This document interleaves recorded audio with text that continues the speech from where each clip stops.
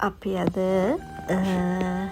හිතුවා පොඩ්ඩක් පන්සලකට ගිහිල් එන්න කියලා. තාත්තයි මමයි හවස එක පාටම කතා වෙලා තීරණය කරා අපි ඉඹුල්කන්ද පන්සල හෝමාගම කන්දක් උඩ තියෙන පන්සලක්.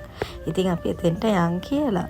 ඉතින් අපිත් එක්ක හැමදාම යන අපේ ටුක් අංකල් එක්ක අපි ගමන යන්න ලෑස්ති වුණා. ඉතින් ගොඩාක් දුර අපිට නැතත් විනාඩි 45ක විතර දුරක් තිබ්බා. ඉතින් අපි ඇවිල්ලා ඉතින් පන්සල හරිම ලස්සන තැනක්. මේ ඒකේ ලස්සන මොණරෙකුත් ඉන්නවා. ඉතින් අපි ඇවිල්ලා ඉවර වෙලා පන්සලේ හැම තැනම ඇවිත්තා.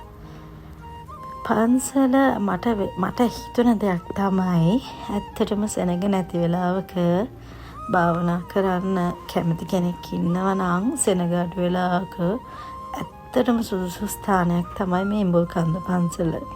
ඒගොල්ලෝගේ පන්සලේ පිටිපස්සේ ටිකක් උඩට යද්දී තියෙනවා එක ස්ථානයක් බුදු පිළිමයක් එක්ක.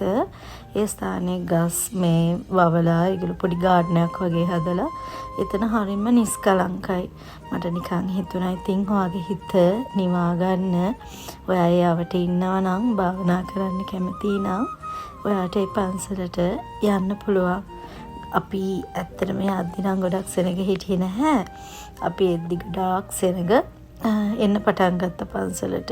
ඉතින් අපි ඉක්මනින් බුදුන් වැඳලා ඒ යවට පරිසරේ පොඩ්ඩක් නරඹලා අපි එන්න පිටත් වුණා. ඉතින් ඕගොල්ලොත් කැමති නම් ඕගොල්ලන්ට බලන්න යන්න පුළුවන් ඉඹුල්කන්ද පන්සල. ඒක තියෙන්නේ හෝමාගම කන්දක් උඩ හරිම ලස්සන පන්සලක්.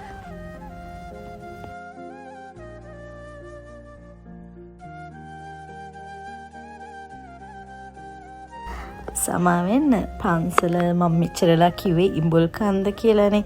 ඉඹුල්කන්ද නෙමෙයි ඉඹුලකන්ද පන්සල පෞරාණික විහාරය හෝමාගම.